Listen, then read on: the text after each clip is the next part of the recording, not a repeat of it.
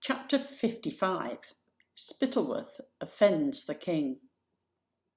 After the disaster of the runaway mail coach, Lord Spittleworth took steps to make sure such a thing would never happen again.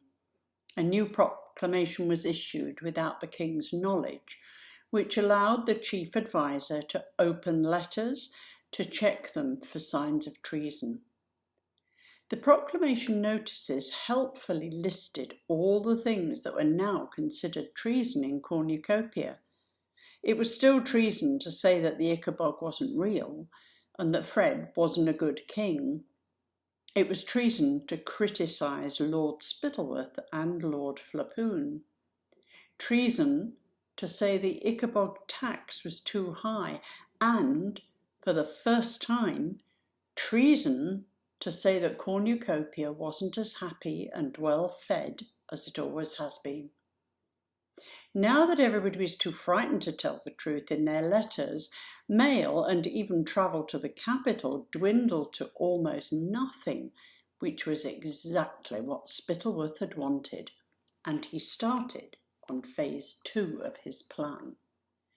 This was to send a lot of fan mail to Fred. As these letters couldn't all have the same handwriting, Spittleworth had shut up a few soldiers in a room with a stack of paper and lots of quills and told them what to write. "Praise the king, of course," said Spittleworth as he swept up and down in front of the men in his chief adviser's robes. "Tell him he's the best ruler the country's ever had. Praise me, too. Say that you don't know what would have become of cornucopia without Lord Spittleworth. And say that you know the Ickabog would have killed many more people if not for the Ickabog Defence Brigade, and that cornucopia's richer than ever." So Fred began to receive letters telling him how marvellous he was, and that the country had never been happier, and that the war against the Ickabog was going very well indeed. "Well, it appears everything's going splendidly," beamed King Fred, waving one of these letters over lunch with the two lords. He'd been much more cheerful since the forgeries had started to arrive. The bitter winter had frozen the ground, so it was dangerous to go hunting, but Fred, who was wearing a gorgeous new costume of burnt orange silk with topaz buttons, felt particularly handsome today, which added to his cheerfulness. It was quite delightful watching the snow tumble down outside the window when he had a blazing fire and his table was piled high as usual with expensive foodstuffs. "I had no idea so many Ickabogs had been killed, Spittleworth. In fact, come to think of it, I didn't even know there was more than one Ickabog." "Yes, sire," said Spittleworth with a furious glance at Flapoon, who was stuffing himself with a particularly delicious cream cheese. Spittleworth had so much to do. He'd given Flapoon the job of checking all the forged letters before they were sent to the king. "Yes, we didn't wish to alarm you, but we realised some time ago that the monster had reproduced." "I see," said Fred. "Well, it's jolly good news you're finishing them off at such a rate. We should have one stuffed, you know, and hold an exhibition for the people." "Yes, sire, what an excellent idea," said Spittleworth through gritted teeth. "One thing I don't understand, though," said Fred, frowning over the letter again. "Didn't Professor Fraudisham say that every time an Ickabog dies, 2 grow in its place? I mean, by killing them like this, aren't you in fact doubling their numbers?" "No, sire, not really," said Spittleworth, his cunning mind working furiously fast. "We've actually found a way of stopping that happening by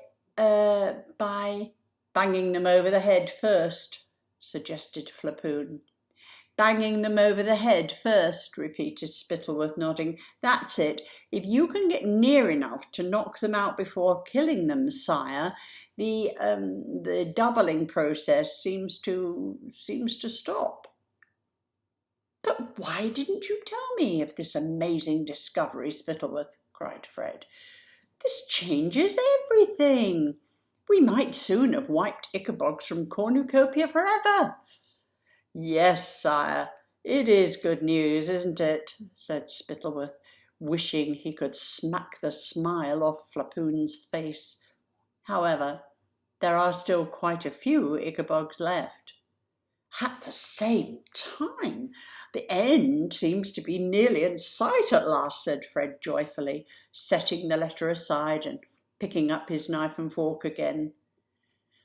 How very sad that poor Major Roach was killed by an Ickabog just before we began to turn the tables on the monsters.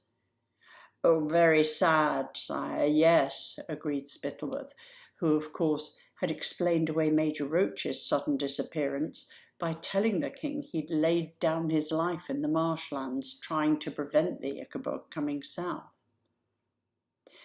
Well, this all makes sense of something I've been wondering about, said Fred. The servants are constantly singing the national anthem. Have you heard them? Jolly uplifting and all that. But it does become a bit samey. But this is why. They're celebrating our triumph over the Ickabogs, aren't they? That must be it, sire, said Spittleworth. In fact, the singing was coming from the prisoners in the dungeons, not the servants.